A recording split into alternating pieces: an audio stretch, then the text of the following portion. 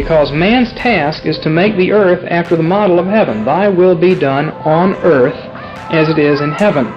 Man's project is to heavenize the earth. Man is made to transform the world from glory to glory, to take hold of it and break it down and remake it after the image of heaven.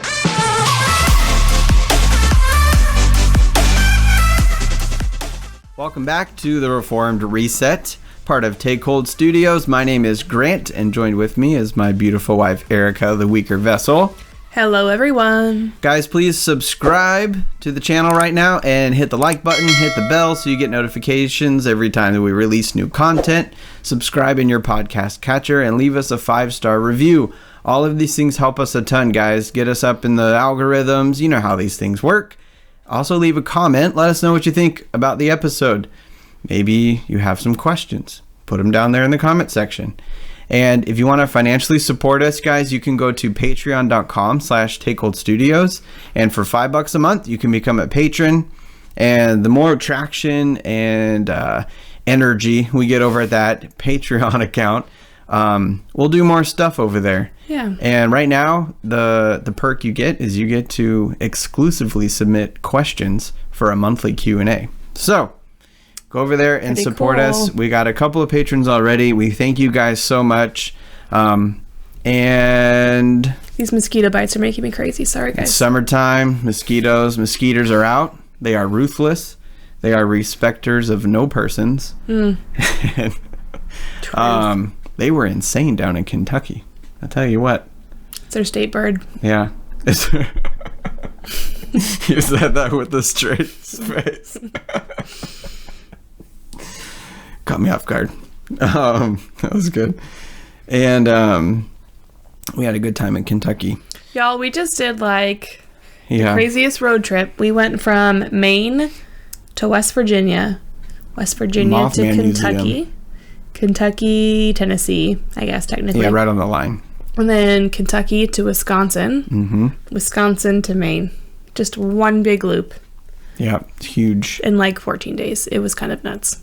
And a ton of fun. And we're just now recovering. So that's why there's been very little content output. This is our summer. Yep. But now summer's coming to a close. Yep. And we get to be serious again. Yeah. We get to be serious again. School's going to start. Everything will get busy again. Yep. Temperature will start dropping. Yep. Snow will start dropping. And our chickens. Oh, yeah. Are laying eggs. They're dropping, too. The chickens are dropping eggs. I saw one happen today.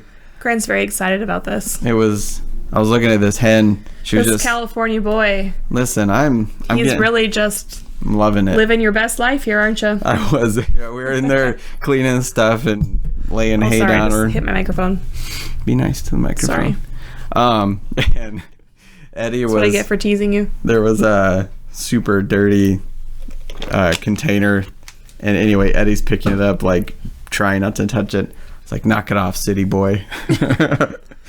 But yeah, the chickens are laying. We're getting about 10 a day ish? Yeah, about. Mm-hmm. Yeah. We even have some green eggs, which is pretty fun. The green eggers are laying. We have every shade of brown and the white ones. We're pretty excited about this, guys. We've been nursing these chickens since they were wee little babes. That's right. And now I'm finally getting a return on my investment. Since March. And they're delicious. St. Patrick's Day, right? We got them on St. Patrick's Day. Yeah, we got them on St. Patty's Day. Mm-hmm. And they're delicious. The yolks are this rich. Golden. Oh, yeah. It's amazing. Put some marigold leaves next to your chickens and they'll have more golden egg yolks. A little tip there. Poultry gold, we call it. Anyway, some exciting things going on around here. We know that's why you're really listening to our podcast, so you can hear about our chickens. Yeah. It's a lot of fun. So, okay, we're going to continue our covenant theology series. And on this episode, we're going to talk about the covenant God made with Noah and his family. We're all very familiar with Noah and the ark and the flood. And there is so much rich theology, right? Baptismal theology that you find. Peter in his epistles ties in with the flood. We got ultimate, we got judgment. Understanding judgment in the flood, purification. There's all kinds of things wrapped up. So many people don't talk about this covenant very often. But then this covenant that was made on the tail end of this, big event, no one really talks about too much. No. They just kind of breeze right on by. Why? But Is we're that? not going to do that. Why is that? Any reason why you think? I do actually. One of them is because we are a cowardly people. We don't like capital punishment. So we don't like studying how God has told Noah and given Noah the power of the sword to take man's life if he's taken a life. We'll read it, but it's whoever sheds the blood of man, by man shall his blood be shed, for God made man in his own image. That verse alone should prompt us to execute capital punishment on those who get abortions. But that's not popular. And so we'll just not talk about this. Not just abortions, but no, that but would in be general. Just just capital punishment in general. We don't like murderers. Right. So, and what's funny? In the law, you remember this? There's a bunch of times God says, when someone does this, do this. And he says, you shall not pity them. Mm-hmm. God knows that we're cowardly and weak and that we look upon another and we're like, we want to not, do that. But if we truly trust God's sovereignty, then we will, because he's ultimately the one in control. It's not like we, do something and then God's like, oh no, that slipped out of my hands. Right. Anyway, the other thing is just a sheer tonnage issue. This is what I mean. Okay. In the New Testament, the covenant made with Abraham is talked about way more often than the covenant with Noah. So I think probably we just don't think about it as much. Do you think it's maybe talked about more, perhaps, but even the places where Noah is talked about, we're such like a Baptist-y culture that like we don't actually even like tease out what it's trying to say? I know what you're talking about. Okay. You're talking about baptism, which corresponds to this, now saves you. Yes. And that's Peter directly connecting New Covenant baptism with the story of the flood. Yeah. I think you are spot on.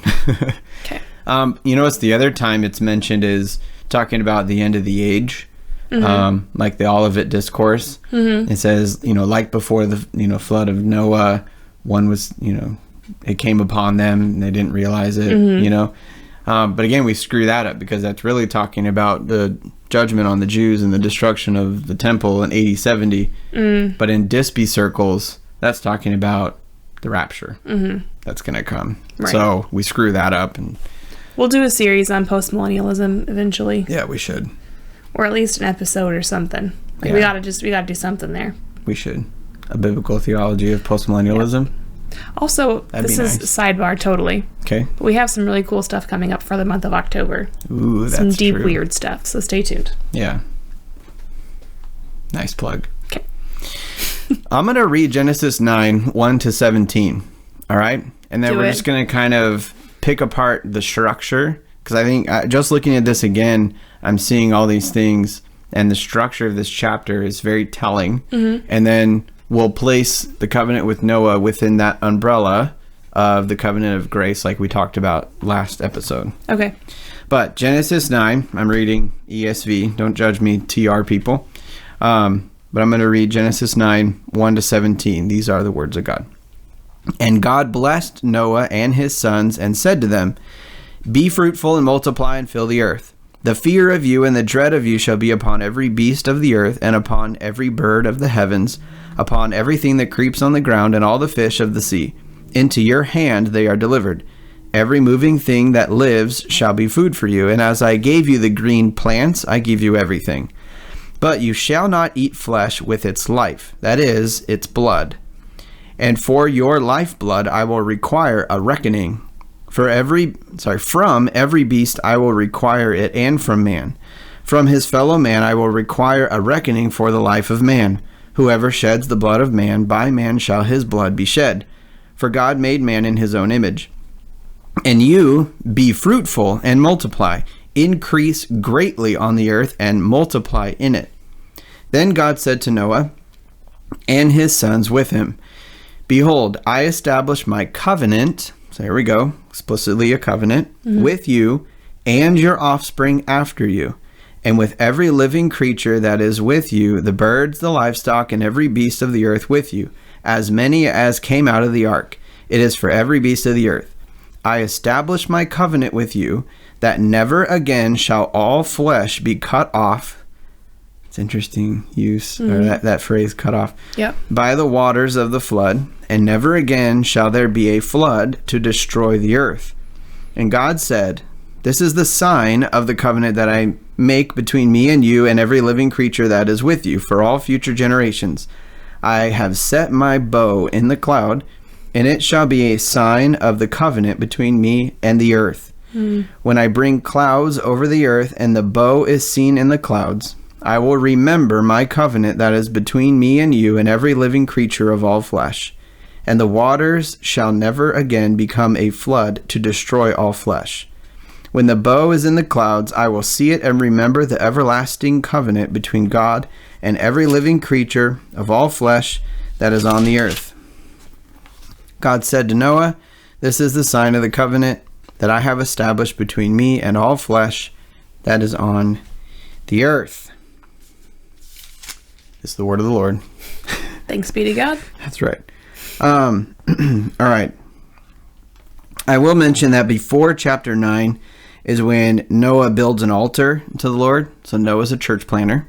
So we got to see that. Worship is at the center of renewing covenant with God. Right? This is a recreation. And civilization. Yeah. Right. Yeah. Everything has been completely made new. Peter Leithart's book, A House for My Name, it's his survey of the Old Testament. Phenomenal book. You want to read your Old Testament in high definition, read that book. But he tells it well about how the flood is a new creation. It's a renewal of covenant. It's a man fell in the garden with his brethren, and then in the world there's like these three falls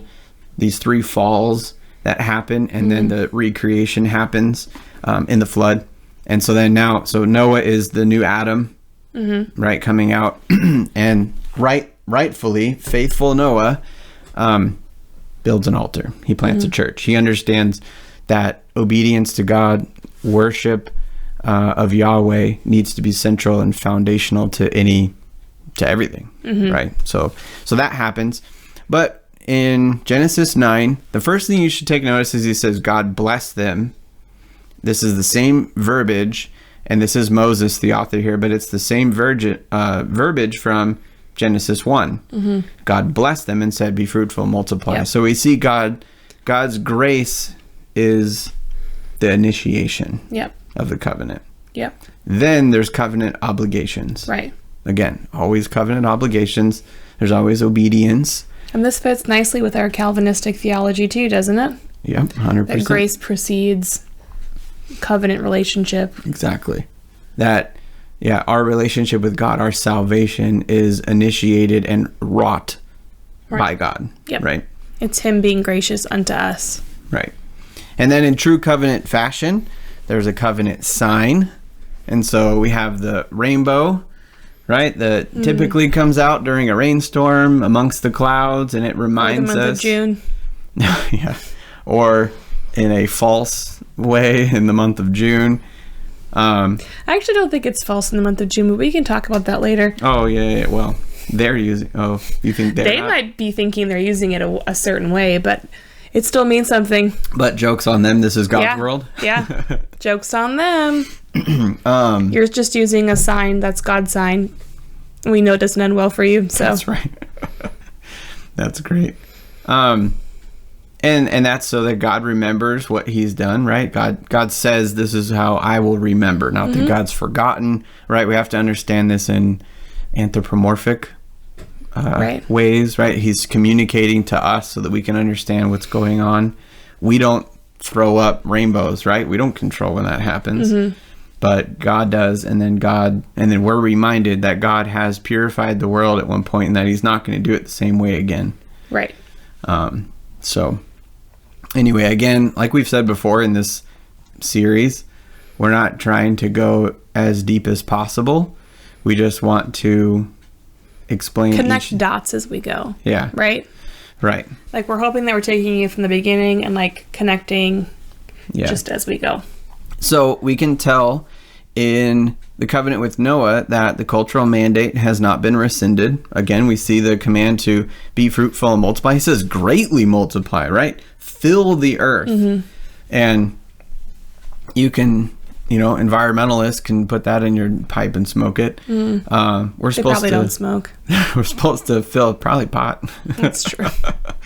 But we're supposed to fill the earth, right? There wasn't supposed to be any part of this creation that we weren't supposed to take dominion of, right, and make use of, right, for God's purposes. So we see that. And also it's funny because from the same perspective, we could say, well, God has been telling his people to build, have children, build, make civilizations, whatever. And then in the end, he's like, but you're doing it wrong. You did it wrong again. And then he wipes it all out and he's like, this is still my goal though, right? Right. But ultimately, it's God who is in control of how things are done. He's like not a pragmatist. It's not like you can just do whatever you want so long as something's being done. Right. Which is, I think, a tendency in the Christian church too. And we can see this by, once again, a lot of the gospel coalition-y, like, here's the gospel in this terrible movie that's in theaters right now, where you're like, see, we can fit the gospel in there somewhere. So therefore, it's okay for us to do all these different things. But actually, God cares a great deal about how and why, which is why I liked your comment about the altar. About no, this is actually how, the church is the foundation, right? Yeah. The altar, the worship of God, this is the foundation of everything. Right. And so when we build, it's not that we can just do whatever we want, build whatever we want. It's how we do things, and the details matter. So that's a super good point, hon. And this helps us when we go out into the world and engage culture. I did quotes, because actually redeeming culture doesn't mean that, let's take the analogy of a building. Well, I use this in my thesis, right? Okay. If you're going to go take a tower of the enemy, right? I'm going to go engage culture. I'm going to go take this tower in the culture wars. I'm going to take it for Christ. You don't do that by just painting it a different color. Right. You need to completely redo it. It needs a new foundation, right? For that tower to be a Christian tower. Right. You don't just, you don't put John 3:16 on the side. So, redeeming the company that you work at or something like that doesn't mean, they just put a Bible verse somewhere. And we know that redemption looks like death and resurrection. Yeah. Right. In order for Noah to start afresh, there was death and then there was resurrection. And 120 years of building an ark. Yeah, that's a long time. But this is why baptism now saves. This is the whole idea for Christians. This is why this doctrine of baptism is so important, because it actually is the clutch, so to speak, of what we believe, what our faith is. Yeah. So when you engage culture, or you build culture, build the kingdom, and do these kingdom things in the world, just keep it in your mind that the foundation is where our aim is at, not just the building's already completed, it's built on an atheistic, humanistic foundation, and that needs to be put to death. Right. The Christians can't just come in and hang a Hobby Lobby wreath and then there we go, I made it Christian. Well, that goes, it's the chiasm, because then in the very beginning you talked about capital punishment, right?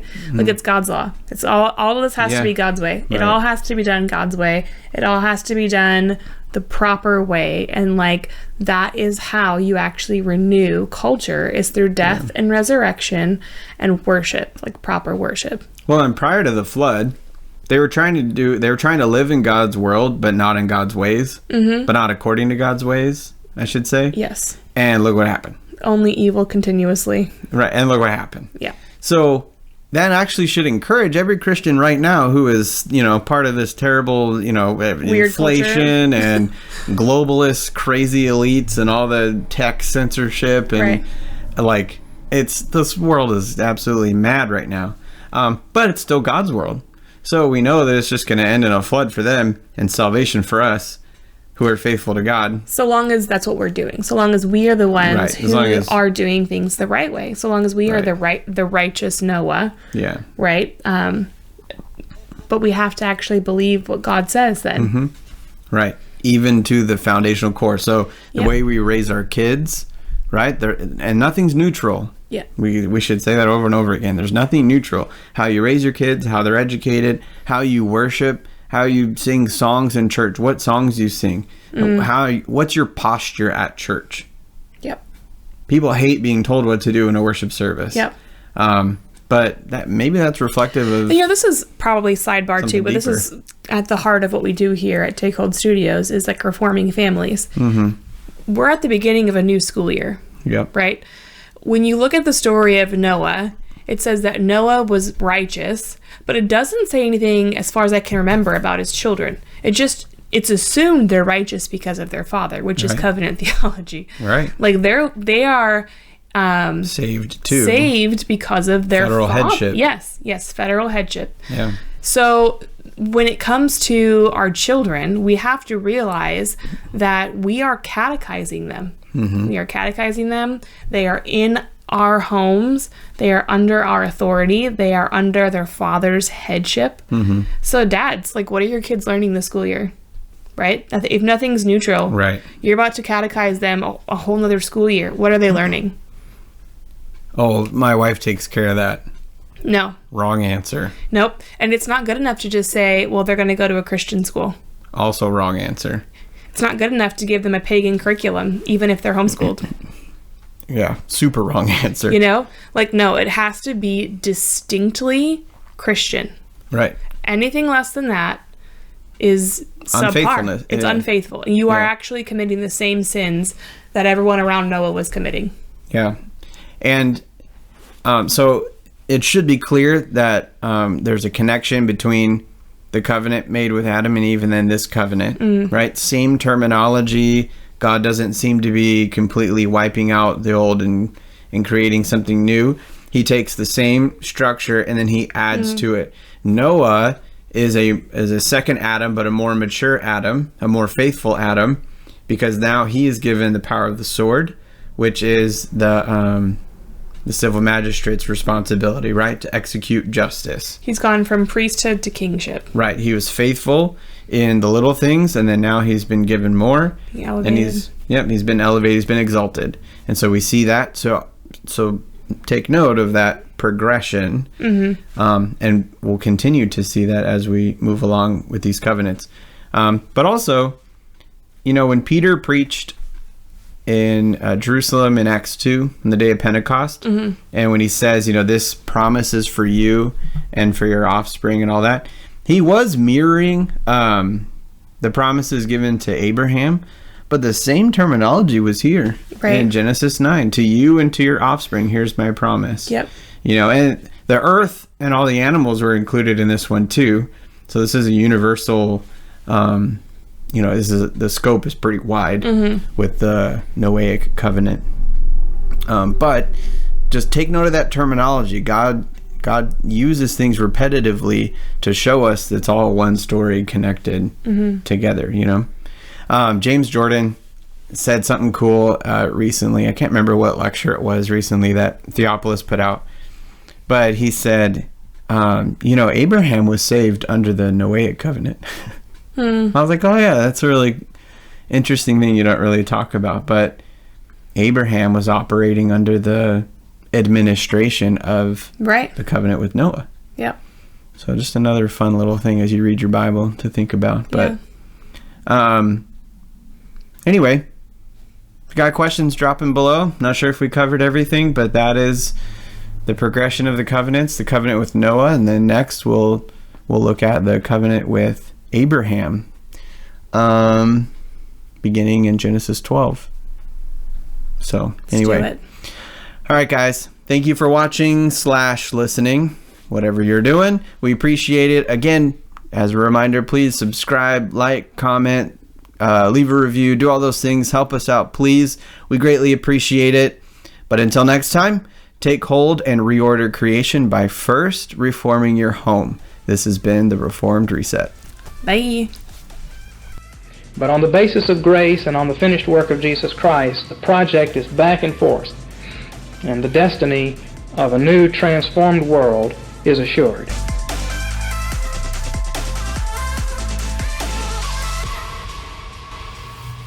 sourdough in the oven too, so I've got like 40 minutes.